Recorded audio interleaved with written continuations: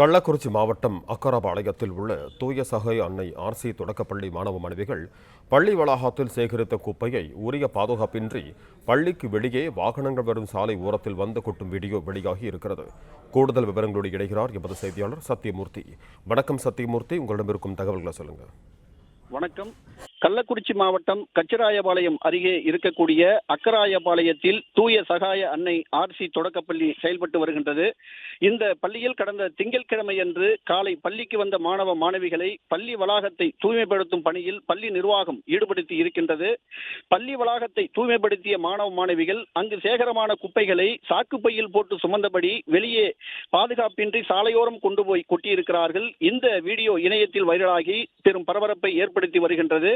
அதாவது பள்ளிக்கு வெளியில் இருக்கக்கூடிய சாலை என்பது எப்போதும் பரபரப்பாகவே இருக்கும். ஏனென்று சொன்னால் அதிக வாகனங்கள் செல்லக்கூடிய சாலையாக அந்த சாலை திகழ்கின்றது. அப்படிப்பட்ட சாலையில் ஆபத்தான முறையில் நடந்து சென்று சாலையின் ஓரமாக மாணவர்கள் குப்பையை கொட்டியிருக்கிறார்கள்.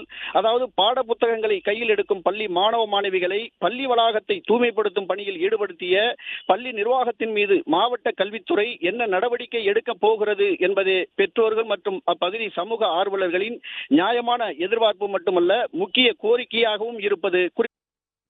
நன்றி சத்தியமூர்த்தி, உங்க தகவல்களுக்கு.